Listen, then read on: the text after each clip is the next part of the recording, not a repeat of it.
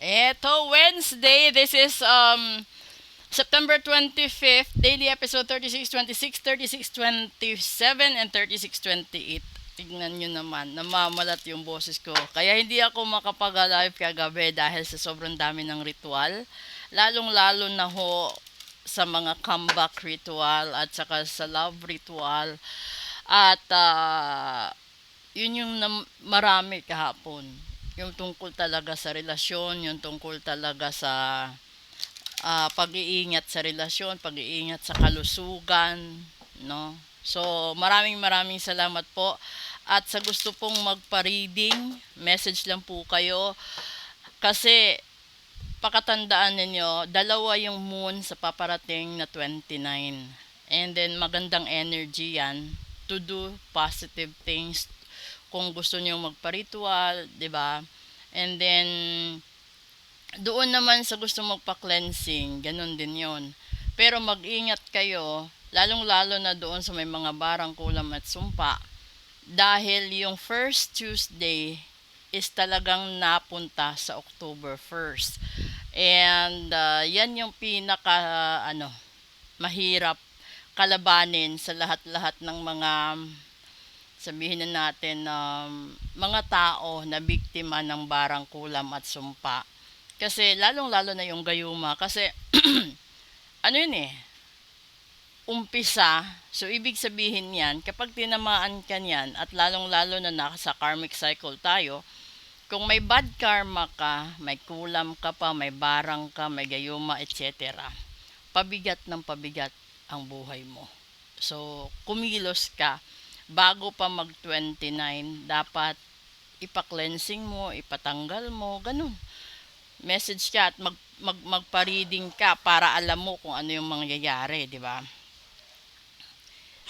And sa mga new subscribers ko nga pala sa YouTube, hindi ko kayo mahanap. So supposedly siguro naka-private yung account ninyo. Message nyo na lang po ako sa messenger at saka screenshot nyo. Kasi makikita ko naman kung sino yung subscriber that certain day. Kasi hindi nyo makaklaim yung free reading ninyo kapag hindi nyo ako message doon sa sa messenger para doon nyo ma-submit yung screenshot. Okay? So, kuha tayo dito. Yung una is authentic. Hala. Pangalawa, power. And pangatlo, guardian. Kasabi ko lang, no? Magiging totoo ka sa sarili mo. Huwag kang isa 'yan sa pinakamaganda, 'di ba? Wag kasi sasabihin ng iba, bahala na ang Diyos sa akin, ibibigay ko sa Diyos na lang ang pinapasan kong problema, ganito ganyan. Hindi po ganoon. Kasi una gusto kong ibahagi, explain sa inyo. Yung pagiging totoo is alam naman natin na kaya tayo minsan nagkaroon ng mga gusot sa buhay dahil sa mga maling choices, sa mga maling desisyon natin. 'Di ba? Isa doon, lalong-lalo na sa larangan ng relasyon, pag-ibig, pagsasama, no? Ginagamit yung power. The power that is within the universe sa iyo at sa ibang tao, ginagamit ng kalaban mo para siraan ka, malugi ka, mawalan ka, magkasakit ka, ganun. At ito sinasabi dito ng guardian, talagang ipatanggal mo. Kasi parang yun eh, parang sakit, palala ng palala pag hindi mo ginamot. Ngayon, hanggat may pagkakataon yung kalaban mo, gagamitin nila lahat ng pagkakataon na yun hanggang sa makontento sila kung ano yung gusto nilang mangyari sa'yo. Kung ikaw naman, no, may kahirapan ka, huwag mong isandal sa Diyos yung kahirapan mo. Kasi bago ka naghirap, may choices ka noon. Halimbawa, sa pagmamahal. Minsan kasi, alam naman natin, yung iba alam ninyo talaga na nagugustuhan kayo dahil may magara kayong sasakyan, may magandang motor, may negosyo, may ganyan. So, yung pagiging authentic is harapin mo ang sarili mo sa salamin. Totoo ka bang mahal nun? O mahal ka lang dahil may kailangan siya sa'yo? Kasi, Minsan, lagi tayong nabubulagan dahil mahal natin sila. Ang hindi natin, huli na natin nakikita na kaya lang pala sila dumikit sa atin dahil sa mga bagay na gusto nilang makuha. At right after matapos nilang makuha yon, iiwanan ka.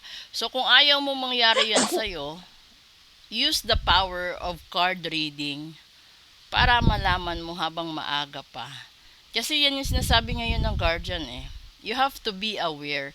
Kailangan mong kumilos sa lalong madaling panahon dahil ang pagsisisi nasa huli. Tandaan nyo October 1st, first Tuesday, nasa karmic cycle tayo. So, yung iba sa inyo is experiencing bad karma.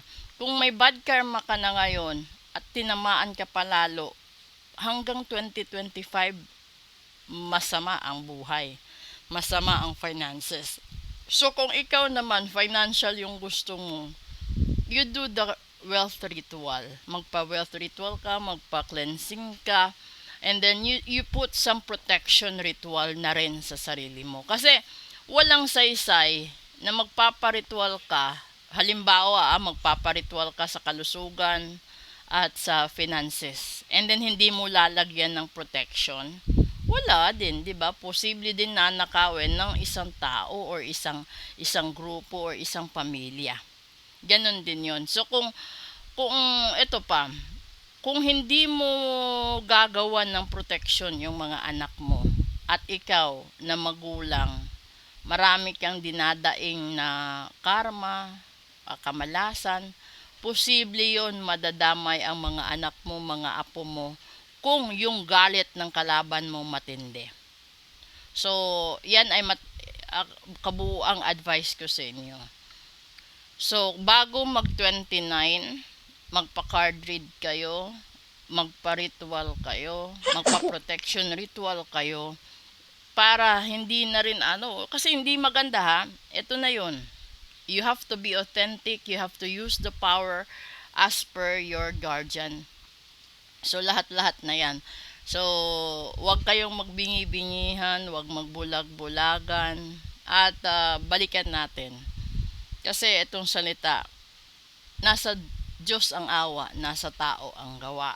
So, tsaka ka nakakaawaan ng Diyos, tutulungan ng Diyos kung gumawa ka ng hakbang na dapat mong gawin. Ito yung gusto niya, halimbawa, magpagamot ka. Siyempre, hindi naman pwedeng bumaba ang Diyos sa langit, di ba?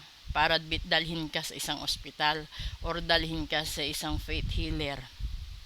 Kailangan mo talagang magkusang magdesisyon. Lumapit ka sa faith healer, sa manggagamot, sa kung kaninong dapat kang lumapit. Tapos, pag sinabi, halimbawa sa doktor, magpa-laboratory ka, syempre gagastos ka. Pag sinabi naman bumili ka ng gamot, magpa-x-ray ka, syempre gagastos ka. 'Di ba? Yung katulad namin, parang doktor din. Kaso yung ginagamot namin is on the spiritual side.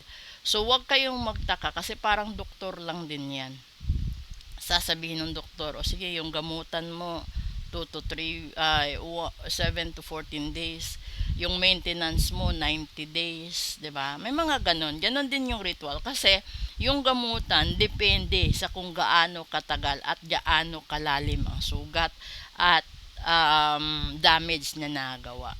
So kapag bumili ka ng properties, mag-a-apply ka sa trabaho, kukuha ka ng board exam, mag-uumpisa ka ng negosyo, kailangan mo talaga lahat 'yan para hindi ka malugi, hindi ka ma-depress. Kasi yung iba, dive lang ng dive sa mga desisyon. Hindi sila nagkakandak ng investigation through card reading. Kaya hindi sila prepared sa mga problems na posible nilang harapin.